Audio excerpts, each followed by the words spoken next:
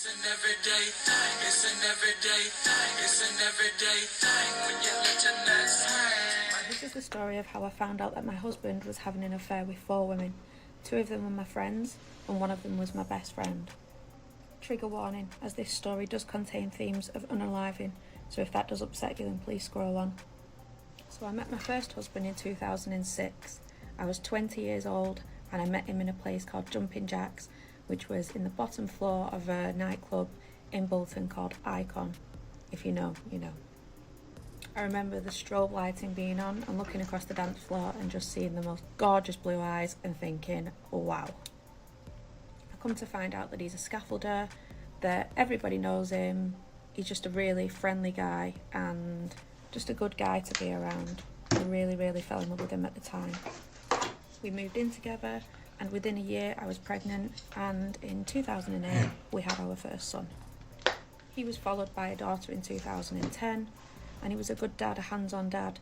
I'm not going to slate him, but he did things that guys do when they're young. He would disappear at weekends, they go drinking, turn his phone off, but when he was there, he was a good dad, and I trusted him. I did trust him implicitly at the time. He never gave me any reason to doubt him. Quite quickly he set up a car dealing business with his friend, and then eventually he set up a car dealing business with another friend because he wanted to break out on his own. Now he would go out every single day, every single night, but he always told me where he was. He always came in at the time he said he would come in, and I thought he was building his business. I had no reason not to trust him. In 2012 he asked me to marry him. I was very happy. I said yes, and in 2014 we got married with our 2 children at the wedding. Again, I trusted him. He never gave me any reason not to trust him, apart from an incident maybe in 2015 where, you know, where you're borrowing someone's phone, and I was like, my phone wasn't available at the time, and I said, can I just, I think it was check the weather or something like that, and I was looking at his phone and a message popped up, maybe off of his mum, and I looked at it and I'd said a question as why did your mum want this, or whatever it was, and he grabbed the phone, he went as white as a sheet and he ran downstairs, and he shut the living room door, and I was banging on the door saying, are you cheating, what's going on? And I think he was probably deleting everything off the phone at that time. He came out and he said it was because he was arranging a surprise for me, and he didn't want me to see. Now, for whatever reason, maybe I had 2 children, we were newly married, I was young and I wanted to believe him. We moved on, and as far as I was concerned, he was trying to build his business. Again, he would come in when he said he would at night, even though he was working every night, maybe till 12, but he said that he was doing paperwork. People still want to come and see cars later on at night after they finish work, and I genuinely believe that he was working for the good of his family.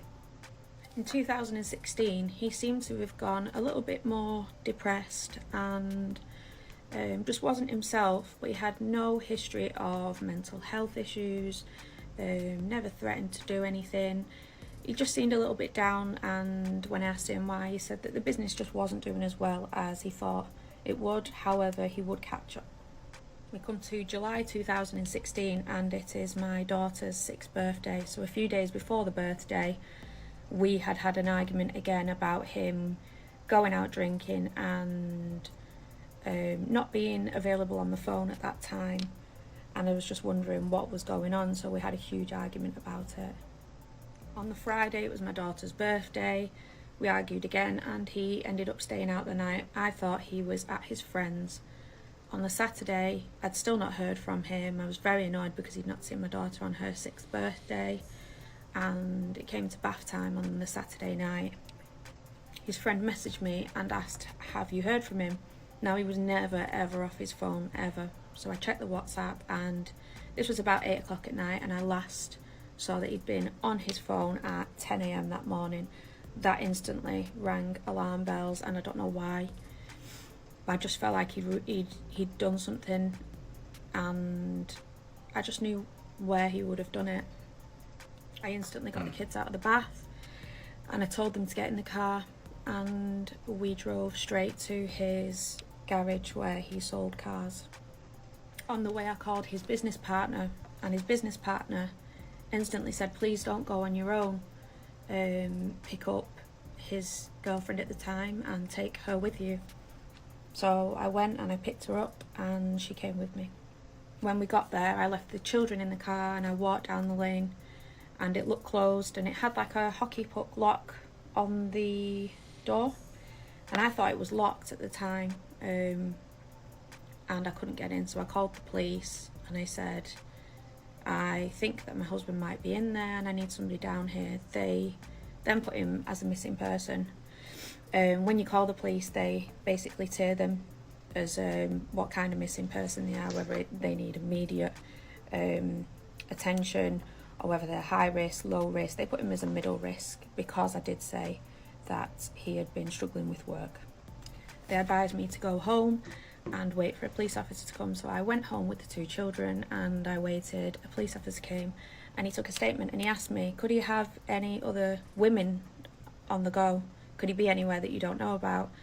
And I said, absolutely not. There is no way. He loves his family, he adores me, and he would never do that to us.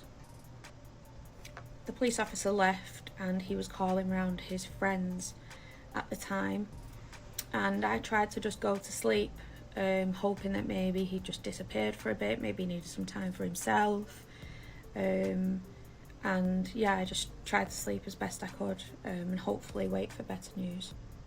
At about 2 a.m. my phone rang and it was a private number, and I answered it and it was a woman, and she asked me for my husband's best friend's phone number, and I said, why do you want it? And she said, I just need it, please, can I have it? And I said, who are you? And she wouldn't say a name, and I just said, have you been seeing my husband? And she said yes. And I said, how long has it been going on? And she said, 2 years. And I said, did you know about me and my children? And she said yes. So he had been seeing her for 2 years. This began 2 months before we got married. I was absolutely devastated. I called my friend, I called my mum. Both my mum and my friend come round. Thankfully they did, because about half an hour after they both walked through the door, I got the phone call from his friend, his best friend, who said that unfortunately he had been found dead in his car dealing unit. I think I screamed and made a sound that I didn't think the human body was probably capable of making. My whole world had fallen apart in the space of an hour. I then had the policeman who dealt with the missing person case come back, and he told me that how he'd been found, and that his best friend and his friends knew about this other woman. The reason that they knew about this other woman is because his best friend was also seeing her before my husband was seeing her, and that's how my husband met her. His best friend was also my best friend's boyfriend. I then, at the age of 29, had to deal with 2 children who had just lost their dad. I had to deal with a funeral. I'd never dealt with anything like that before, and obviously your friends rally around you, and that's what they did, particularly my best friend, who again was his best friend, the guy who'd found him, his girlfriend. She was with me when we went to say goodbye. I was very scared to say goodbye to him. I was scared of what he would look like, and obviously I'd never seen anything like that before, and it took me maybe a week and a half to go, but I eventually went, and I asked her to come with me, and as I saw him I dropped to the floor crying, and she was the first one who, she went over and she kissed him and she hugged him, and at the time I thought it was because she was his friend too. They used to play poker every Thursday in the pub, and I used to laugh saying my best friend is going on a date with him, and that he was taking her out on a date. And yeah, she got to say goodbye, she hugged him, kissed him, and then I came over and I hugged him and I kissed him and got to say goodbye. So this is my best friend. I relied on her for everything. There was 3 of us. I had another best friend, and it was just us three together. Like I said, because she was his best friend's girlfriend, we spent so much time together, and she helped me plan the funeral. She came with me to visit the priest. We picked music together of what he was going to have, and she really involved herself in that time. I remember the hearse coming round and seeing the flowers with Daddy on the day of the funeral, and obviously I was crying, I was upset, but she was really upset, and I was thinking, God, they must have been really good friends. At this point, there are rumours flying around, and I remember the first time that I'd heard this rumour, we'd gone for a few drinks, I tried to take my mind off it, and another friend that I knew said, well, there's rumours going around, and my best friend got so upset. She was really upset, and I remember saying to her, that's absolutely ridiculous.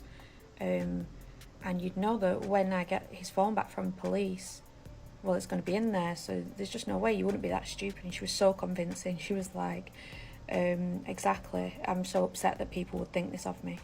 At this time, the police were asking me, did I know his password? I was saying that I didn't know his password. I actually didn't, because he would change it all the time, which is another red flag, which I shouldn't have let go. But he used to say that his friends will get hold of his phone and they'll take pictures and just do silly stuff on it. This was a grown man at the time, and I believed him. I did, however, know his Apple ID and login, and I didn't want to tell the police that because I thought that that was my right, it was my property, I was next of kin, and I didn't want them wiping anything. I wanted my own answers, and I wanted to find out what happened myself.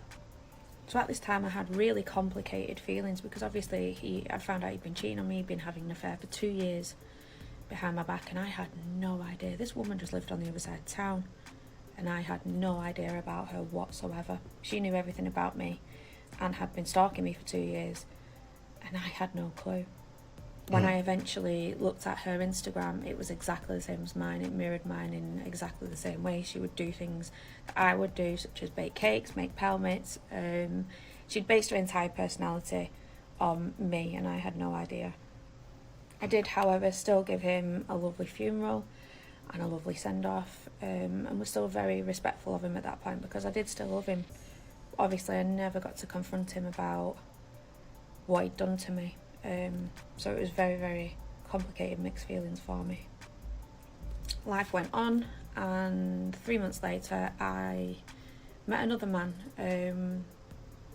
who was a whole other story. He was my saviour, everything that I needed, and I felt that I had no loyalties to my husband anymore, because he'd just done me so dirty, basically. It was kind of a gift that I did. I felt that I could move on quicker. I would never have moved on had I not known what he was doing, but it was like a parting gift that he gave me in a way that made it a bit easier for me. 3 months later, I then get his phone back from the police. I turned it on, and I started scrolling through all the messages, and one of the messages that came up was from my best friend. When they were going to poker every Thursday, they were meeting up and doing things in the car, behind his best friend's back and my back also. This had been going on for months. I carried on scrolling, I looked through some other messages. The next message that I found was where he'd been meeting up with a girl who was my son's friend's mum. She had done my hair for my wedding, so she was also a friend and acquaintance, somebody who would be friendly with me, and she was also meeting up with him. Another girl was his business partner's daughter, who we had just been on a big holiday with as a big group, and her husband was also his friend, and she was also somebody that I would have considered a friend. Keep your wife away from this guy. I then messaged my best friend and just told her never to speak to me ever again, and I walked away, and she just said, I'm sorry, and that was that. And to this day, I've never ever had it out with her. I never had closure with any of them. I've never really been able to ask them why they did that, but they have to live with that for the rest of their lives. I would never do that to another woman, and I think that if you do that, behind another woman's back with a man that you know is married, with a man you know has a family, has children, you are nothing but a scumbag. The betrayal and the pain that I felt was indescribable. But as sad as this is to say, it kind of gave me an out, because I think when people unalive themselves, people around them, especially their family, their friends, they look for somebody to blame. They want to have a reason. Sometimes there is no reason. And people would have blamed me had he not been doing what he was doing. I decided though that I was just going to move on with my life. I had 2 children to think about, and I had to remain dignified. I wasn't going to do anything that I regretted, that was going to harm myself, harm my children. I just wanted to move on with my life, and it took me a long time to forgive him for what he did. I mean, I'm now 8 years down the line, 9 years down the line, nearly 9 years, and it's taken me to now really to start processing everything that I've been through, and grief has no timeline, and people go back for grief counselling years and years later because it doesn't hit them until years later. And like I said, because I met somebody quite quickly, we then got married, we had another child, I didn't really deal with it, and I'm only just dealing with it now. So here's how I got revenge on the 4 women who I found out that my husband had been cheating on me with after he unalived himself. 3 of those women were my friends. So the first one that I will speak about was the girl who was my best friend.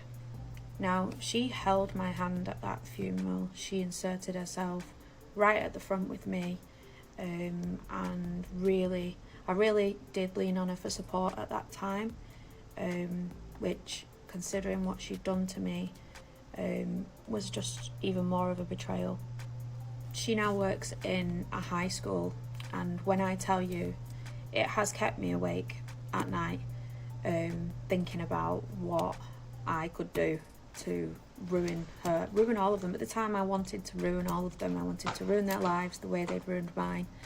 I was thinking about laminating posters, sticking them around the area, leafleting outside, taking out an advert on a plane and having it fly over the top of the high school, anything to get the word out there, send letters to the staff of what she had actually done to me. Now, as I said in my previous video, what I did do was I messaged her and I said, don't ever speak to me ever again, and she just said, I'm sorry. And I never even told her family at the time, and I really wish that I had. So by some grace of God, I am hoping that maybe this TikTok will find them and they will find out what she did. The second girl was the girl he'd been having in a 2-year affair with, who lived on the other side of town. What she did was a disgrace. She, after his death, was calling herself his girlfriend. She put pictures of them all over her social media. She wrote a personal letter about their relationship, how in love they were, and she hand-delivered that to my address. She did everything to try and steal the grief thief, I think is the actual word for a woman like her, amongst a lot of other words. She couldn't just let me grieve in peace. She couldn't let me be a mother to my children, and on top of what she'd done, that is just unforgivable. The third girl was a girl that was my young son's friend at school, his mum. She was a hairdresser, she did my hair for my wedding. She had her own mental health issues going on. So I'm not going to say too much about her, not that it's inexcusable. However, she knew what she was doing at the time. I'm not going to chuck around the word village bike, but Everybody get it would be right. appropriate. The fourth woman was the business partner's daughter, who was his friend's wife, the one who we had just been on holiday with for 2 weeks, just a couple of months before. And it ended her marriage. I did have to send the messages to her husband. I did feel guilty because they had children the same age. The children were friends with my children.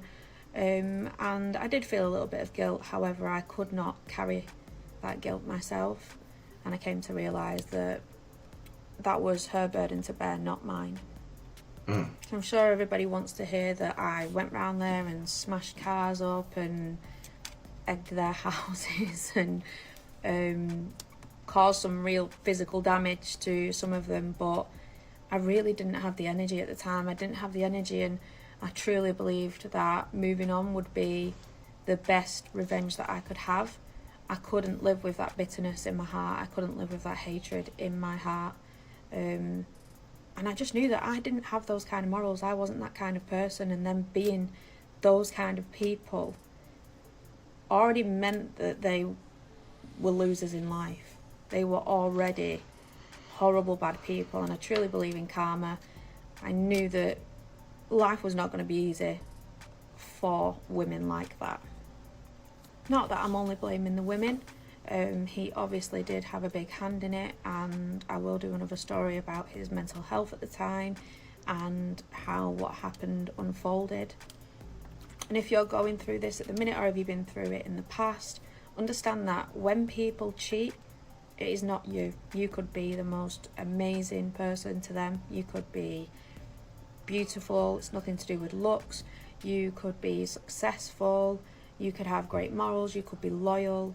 You could treat them the best ever, and they will still do these things to you because there's something missing in them. It is literally nothing to do with you and how you treat them. So if you are going through this currently, or if you've been through it in the past, walk away, hold your head high, stay dignified, keep your morals correct, and have a good life. That's the best revenge that you can give to anyone. What it do, everyday people, man? It's your boy PJ. Today we back with another lit video. We back in the confessional, and yes, we staying lit, big dog, man. Shout out to my everyday people who rock with me every day. Shout out to my homeboy, Lucky Wheels and Deals. He keeps it lit. Make sure you guys like, comment, and subscribe to this video. Let me know what y'all think about this in the comment section.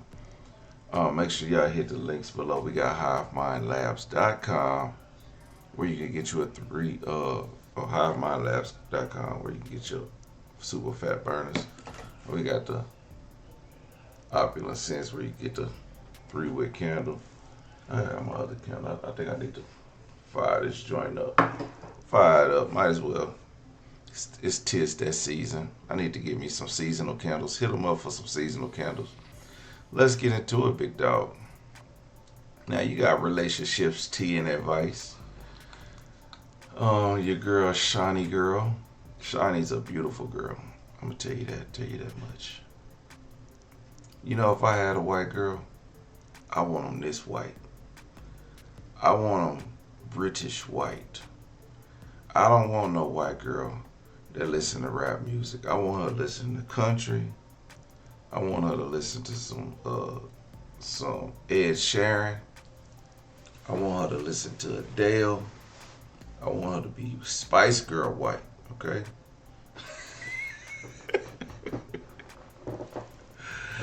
Oh, anyway, sad story.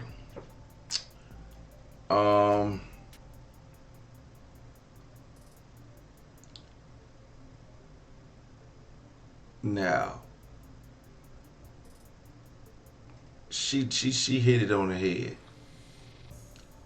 When a man is cheating, you could be doing everything right in the world.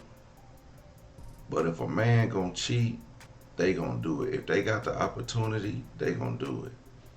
If they can get away with it, they gonna do it. And you know the best way to get away with cheating is if the girls are okay with you cheating. And we're gonna get to that in a second. But what her husband did when he was cheating, it was to fulfill himself. He had some type of depression going on, and I'm not gonna blame that on that. He had some insecurities going on, and I'm not gonna totally blame it on that. Like, I'm not gonna blame his unaliving on him cheating, because, like, you know, depression and the cheating, you know, he just had some to fulfill his needs. He had to go go to this girl so she could tell him he looked good and oh his sex is good and all this stuff is good.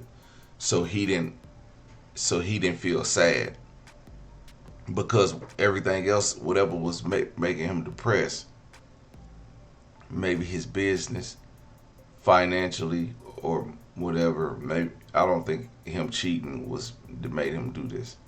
I don't think it was anything that she did made him do this.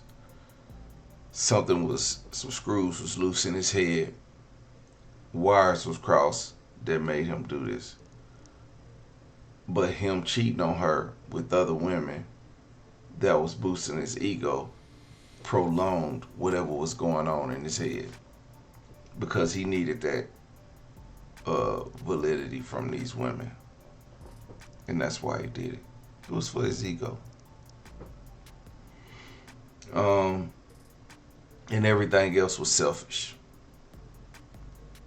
Everything else was selfish. Leaving her at home at night, coming in all hours of the night, going out every night. When he's home, he's a father, but when he's gone, he's gone. So he did a lot of selfish things, including cheating with the best friend, with the business partner's daughter, with the friend's other girlfriend who was actually dealing with him first, or dealing with the best friend first, which I'm not sure if he was cheating on his wife with, I don't know if it was the same person that has the wife that's the best friend.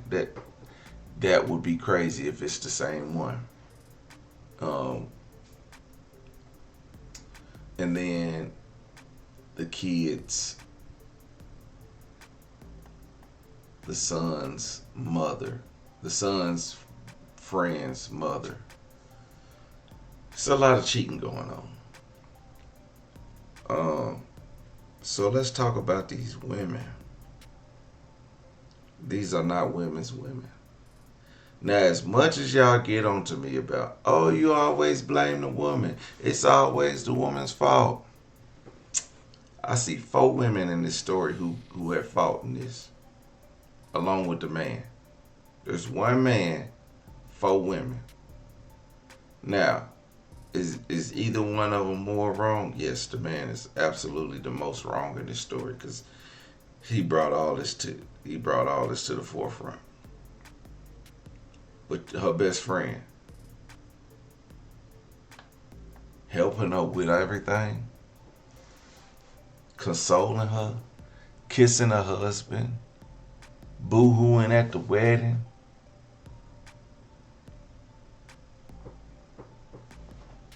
All to find out 3 months later, after when she got the cell phone and realized that she been texting her husband, and the only thing she has to say is, I understand and I'm sorry.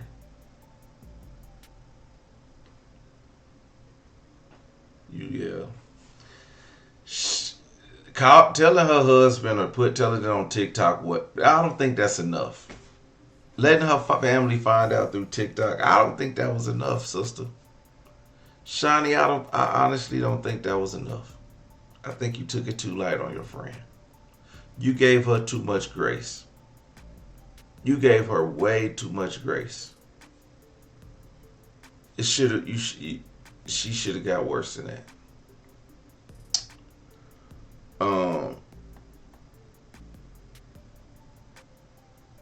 The audacity of her, as you know, in sleeping with him in the car, and then she's married too. So we don't know how that relationship turned out because she hasn't updated us. So I'm guessing that she probably didn't tell anybody. So this is her revenge. This is her revenge. Putting it out there, and everybody's finding out on TikTok.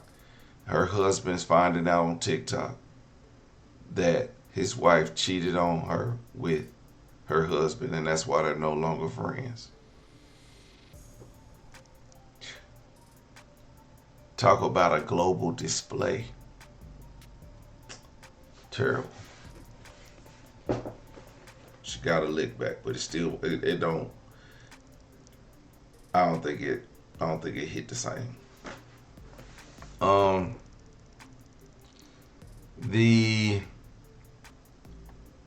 The town whore, which was the son's friend's mother, there's not really much you can do about that. But just say her name and just say, she was sleeping with my husband and she just tried. She's a dirtbag though, because she knew she was bringing a kid around, knowing she's sleeping with your husband, knowing she plotting on your husband, smiling in your face, she did your hair for the wedding. That's crazy. She did your hair for the wedding. The fact that she did your hair for the wedding,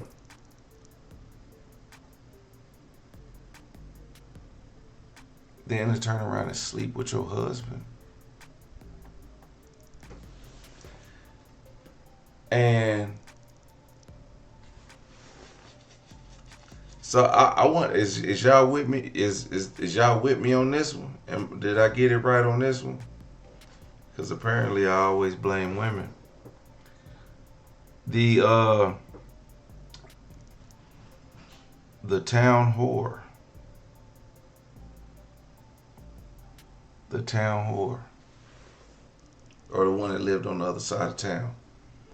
That came over and tried to steal her grief. Crazy, ain't it? That she was actually sleeping with the best friend first. And that's what I was saying. I was wondering if she was sleeping with the best friend that was sleeping with the best friends whose wife was sleeping with the husband. Because if that was like payback. And that's probably why they could probably end up working it out. Because she was just getting payback for what he did. But yeah, that's crazy what she would do. Now, why would a woman do that to another woman with kids? We just talked about this the other day. A woman had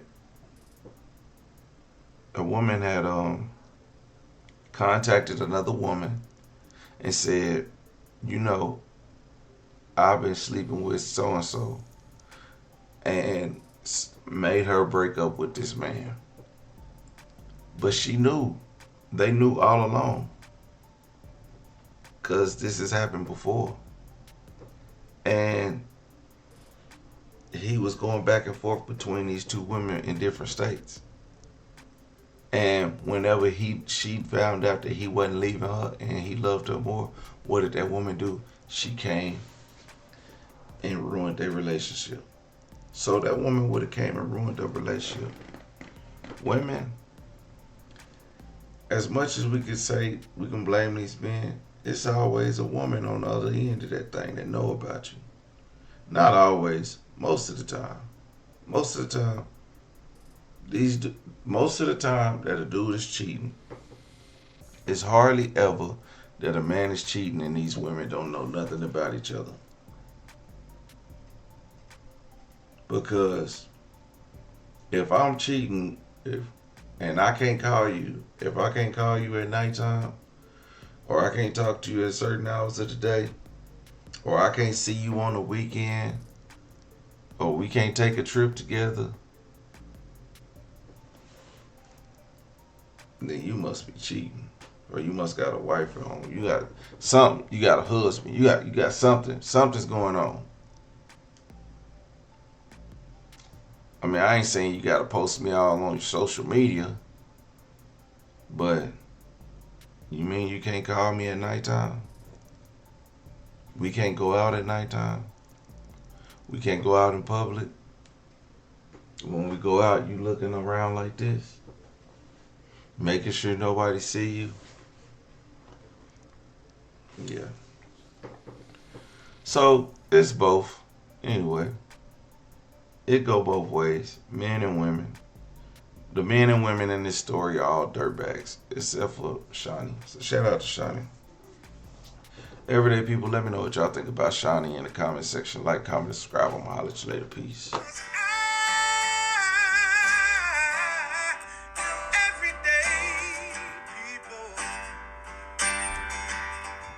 and night. For some women, it can start working in as quick as 1 week.